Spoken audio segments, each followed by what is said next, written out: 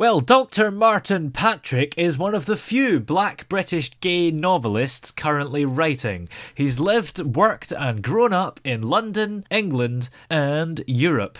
And he's on the line with us here. How are you doing today? Toby, hello there. Very, very nice to speak with you. I'm fine. And this is going to be quite exciting to have just share and exchange a few thoughts and words. Absolutely. So, what kind of novels would you say you tend to focus on? Nice question. I write primarily romantic fiction and occasionally crime novels. Sometimes I blend the two together, so you have a sort of romantic thriller. But romance novels are absolutely my genre. What is it about romance that you enjoy so much? What I enjoy is the fact that I've lived with it and through it and without it. So I actually do know what it means, what romance means. And particularly, when you grow up in the 1970s and 80s, and you actually understand through your love of Hollywood cinema and European art cinema what it means. Those things actually shaped my understanding of romance fiction. And you say that you mix romance and crime. How do you do that? Well, if you think of Hitchcock, for example, he constantly mixed and combined romance and crime, whether it was Notorious or even Rear Window. So you sometimes have a threat or danger that's happening to one of your protagonists, and very often the male lead, the male protagonist, will help the heroine, and sometimes she'll help him. And even in Bond films, he's rescuing her from danger, and perhaps she will kill the person that threatens his life, and that's Thunderball. So what I like about romance and crime thrillers is the way in which you have a dual tension, the hope and love for can she be the one? Can he be the one? And whoever is actually hot on their heels and threatening their lives, you'll think to yourself, how do I get out of this situation? And very often when you do, that's what makes you the hero and the heroine. So I like those things a lot. And I think in general, people love reading crime novels, don't they? Yes, they do. Be it Agatha Christie. Agatha Christie wrote thousands of them, and romance was so often in them. So yes, indeed. And all the way up to Raymond Chandler and, so many writers today. Including Elmore Leonard. So crime and romance and love and sex with danger so often makes for a thrilling novel. And what inspires all these novels for you? Where do you look to for inspiration? Interesting question, particularly in the light of Netflix. There's so many different sorts of dramas which are taking place on Netflix at the moment. But I really do love the classics. I mean, I really do love a good Raymond Chandler novel. Film noir and neo-noir continue to inspire me, and I find the idea that you will read through in a noir fiction novel very exciting. And we're living in such extraordinary times that people live with different levels of threat that help or hinder their well-being. So life around us at this moment in time is a real test of your mettle. Who are you? What do you do? How do you get yourself out of situations? What do you long for? What do you need? It's the human condition that creates romance and danger. Yeah. And it's interesting you mentioned Netflix, because do you get inspiration from watching TV shows? I do, to a certain extent, because for those people that don't read novels, maybe they're consuming romance and crime narrative through popular fiction that one finds on so many Netflix programs. There's serials, series, and films that have found such a wide audience today through Netflix. And obviously you're not directly lifting it from Netflix, because that's plagiarism, but how do you translate something from the telly to a book? Well, I don't do that. I have my own ideas, which I then go through an entire process of developing from the character, what he's looking for, what he fears, his journey from beginning through middle to end. My process of actually unpacking characters is very much about my sensibilities as a Black Brit, my interest in romance, considering how difficult it is to find in today's culture, and how I go about creating a story that I hope will thrill the reader, because it is about our times and it is about the search that we're going through as millennials and Gen Zs, and it is what we're hoping to find in life. So inspiration from television and films, no, I don't do that. I don't take those stories and think, how can I sort of loop it around, change it around. My ideas are my ideas. But I just know that in a culture that we live in, there are so many different avenues that brings new ideas to a new audience. And with Netflix and things, do you think people are still interested in picking up a book rather than finding a show to watch? Oh, absolutely. I mean, if you look at, what's popular on Amazon, that books are still being bought. During the pandemic, people were reading, I think, far more than they were before, because, what do you do when you're locked in and how do you pass your time?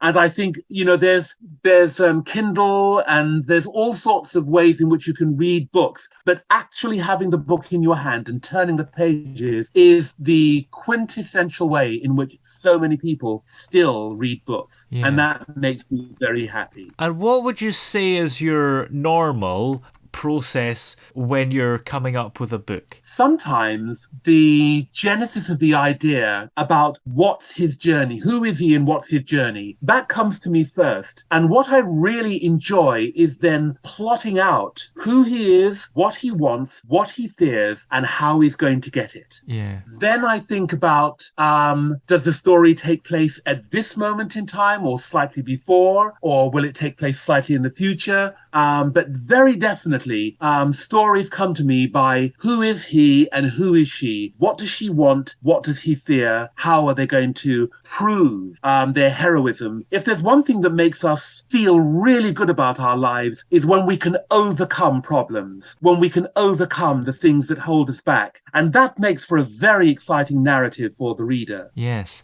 And it's been a very exciting year of books for you, hasn't it? Indeed. Two of my books are now published this year. That is Son of a Dish and The Labyrinth of Families. And those two books actually complete a trilogy. It started with Love Both Ways and then moved on to Son of a Dish and finally ends with The Labyrinth of Families. Love Both Ways, from the cover, it's got the kind of gender symbols in different combinations, if you like.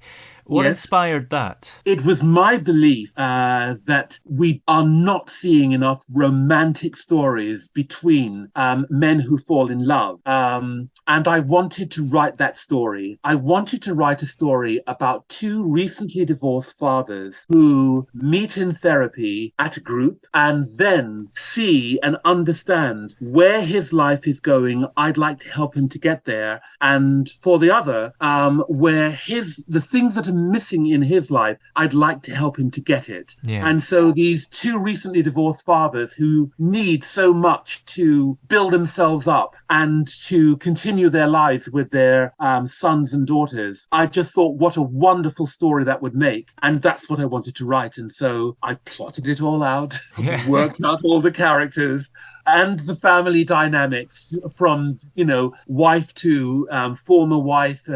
One wife is very, very loving and a beautiful woman, and the other one is not. She is definitely a femme fatale. So the break with husbands and wives and the need to continue their lives with their sons and daughters. And I just thought, I've just not read that story and I want to read it, so let me write it. Yeah, absolutely. I don't think I've ever heard anything like it, but it seems like there's definitely a place for it, and you've found that gap. Indeed. I think it's very important, if you're going to offer a book to the public, if you're just offering the same thing over and over again, then that's hardly news, and it's hardly new. So what you have to do is that you have to use your imagination, you have to use your cultural sensibilities to understand, what am I telling the audience about a different story? And that's why I thought two recently divorced fathers who meet and spiritually and then passionately fall in love would be a great story. And how do they keep their families? And Son of a Dish, what does that actually mean?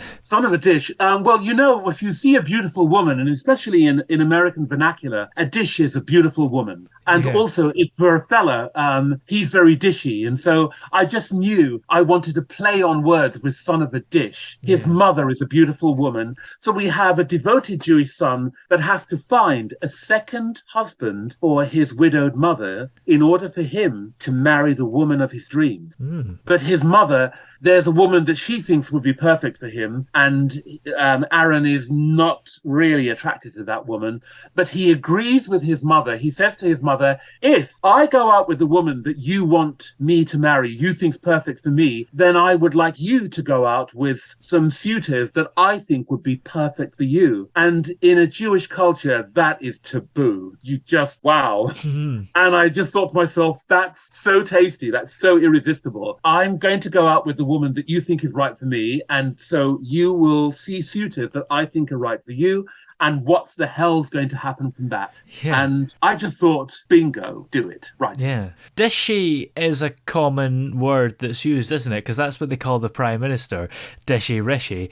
And you used to do open mic readings. How did that influence your writing? You have to understand, when you're telling a story to an audience, there are ways in which they listen. There are ways in which you pace the story. There are ways in which you have to get over your nerves and overcome them. And you grow in confidence when you're standing in front of an audience. And I used to combine things such as movement and mime and music as an atmospheric addition to what the story is. So many of my stories were about the Black British experience. So I used a lot of music to underscore that. And then I wanted to tell stories that had a certain sense of humor to them, because if you're standing in front of an audience for 40 minutes and then you're telling them depressing stories, believe me, you can empty that room. Yeah. So you better find your sense of humor. And I think humor is something that is a vital part of dealing with anything that's difficult. Now, have you got any more books coming out? Nice question. As a matter of fact, I'm currently editing